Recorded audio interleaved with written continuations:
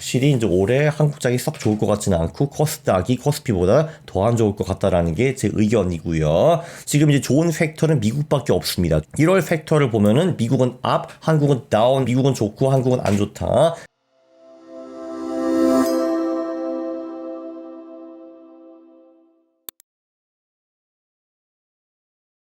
Yeah! 안녕하십니까 할러님들, 강원국입니다. 1년 중 가장 중요한 1월이 끝났습니다.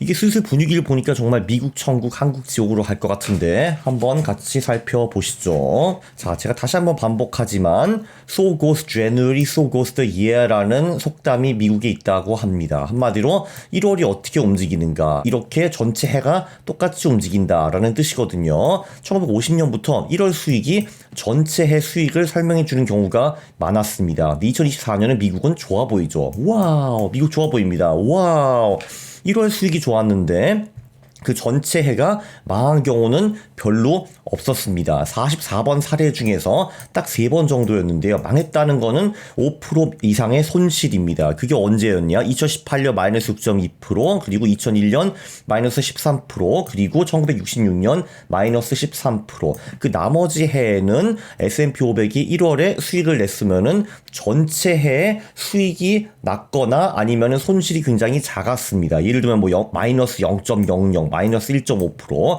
이것도 다 배당을 더하면은 플러스 수익이 나는 거잖아요. 그쵸? 그래서 1월에 수익이 났다라고 하면은 그 전체 해에 손실이 제대로 난 해가 딱 3번밖에 없었다. 근데 2024년이 4번째일 것 같지는 않다라는 겁니다. 작년 같은 경우도 1월 수익이 6.3%였는데 23년 전체 수익이 24.3%였죠. 자, 근데 미국 같은 경우도 1월 수익이 나쁘면은 그 해 성공할 확률이 50%로 확 떨어집니다. 거의 90%대에서 50%로 확 떨어지는 거를 볼 수가 있어요. 그리고 1월이 안 좋으면은 그 해에 굉장히 비극적인 일이 발생한 적도 좀 많았습니다. 예를 들면 뭐 74년이라든지 2002년이라든지 2008년 당연히 그렇고 2022년도 1월이 안 좋았어요. 1월이 어디냐? 2022년 5% 떨어졌는데 그 전체 해가 마이너스 19.5%로 마감을 했었죠. 자, 한국은 어떤가? 한국도 비슷합니다. 한국은 1월 말아먹었잖아요. 누가 봐도 말아먹었는데, 자, 그러면 그 후에 어떻게 되었는가? 이게 다 말아먹은 해입니다. 말아먹은 해인데 보시면은 21번의 사례가 있었는데 21번 사례 중에서 10번 손실이 났고 2번은 1% 미만 수익이 났고요. 9번만 수익이 났습니다. 그리고 평균 수익률이 이 21번 전부 다 합쳐보니까 2%밖에 안 돼요. 2%밖에 안 됩니다. 그리고요. 1월 손실이 8% 이상인 해에는 예외 없이 재미가 없었습니다. 다행인 건 24년에는 지금 하루가 남아있긴 한데 지금 총 손실이 마이너스 5.8% 정도로 지금 갔어요. 1월 30일까지. 그래서 8% 이상 떨어지지는 않았습니다. 자, 물론 1월에 수익이 안 좋았는데 그 전체 해에 수익이 난 경우도 있긴 있습니다. 2010년, 7년, 3년, 뭐 예를 들면 뭐 86년, 85년, 2016년, 2020년 이럴 때도 있었는데, 근데 확실히 확률을 보면은 1월이 안 좋으면은 전체 해가 안 좋을 경우가 많았다라는 거를 볼 수 있었습니다. 역시 2025년을 기약해야 하는가. 자, 코스닥도 한번 분석을 해봤습니다. 코스닥은요, 제가 어떻게 분석했냐면은 요 두 개는 코스피, 코스닥 둘 다 1월을 말아먹은 해이고, 요거는 코스닥만 마이너스, 그러니까 손실이 났고 코스피는 수익이 난 해였습니다. 이제 보시면요, 두 지수가 다 1월을 말아먹은 해가 몇 번 있었냐? 8번의 사례가 있었는데 그 중에서 5번은 손실이 났고 2번은 수익이 났고요. 한 번은 굉장히 빈약한 수익이 났습니다. 그래서 보면은 이 8번 사례 중에서 6번은 말아먹었다라고 볼 수가 있죠. 유일한 예외 2007년과 2020년이었습니다.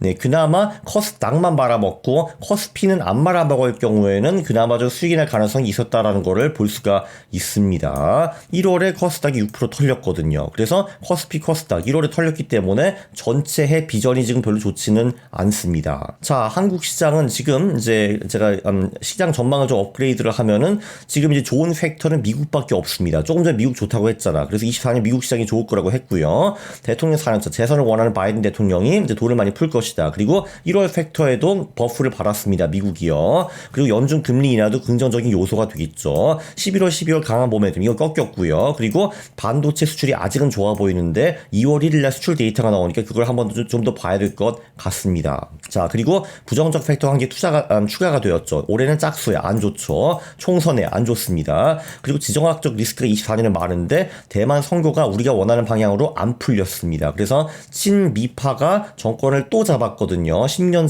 동안 해먹었는데 또 잡았거든요. 그래서 중국이 그걸 굉장히 싫어할 것 같고 뭔가 할 것 같습니다. 그래서 짜증납니다. 저도. 그리고 1월도 한국이 수익률을 조졌죠. 그래서 이런 게 다 부정적인 팩터들입니다. 다시 한번 총선 직선 11월 4월 수익은 어떤가? 총선에는 11월 4월도 당연히 안 먹히는데 그나마 다행인 거는 여기 동그라미가 있는 게 무엇인가? 이제 그게 바로 재선이 있었고 한국에는 총선이 있었던 해였습니다. 2004년, 12년, 20년 이때는 그나마 이제 보시다시피 코스피 코스닥이 수익을 내거나 크게는 망하지 않는다라는 거를 볼 수 있습니다. 그래서 이게 그나마 다행이다라는 걸 볼 수가 있습니다. 이게 어떻게 보면 미국 버프인 거죠. 2004년, 12년, 20년에는 미국에서 재선이 있었거든요. 재선은 주식 수익률이 좋거든요. 그래서 미국이 안 망가진 덕택에 한국도 4년, 12년, 20년에는 크게 망가지지는 않았다. 이건 그나마 다행이다라는 거를 볼 수 있습니다. 총선 직후 5월, 10월은 어떤가? 이때도 썩 좋지는 않고요. 예외는 한 번 있죠. 2020년입니다. 그쵸?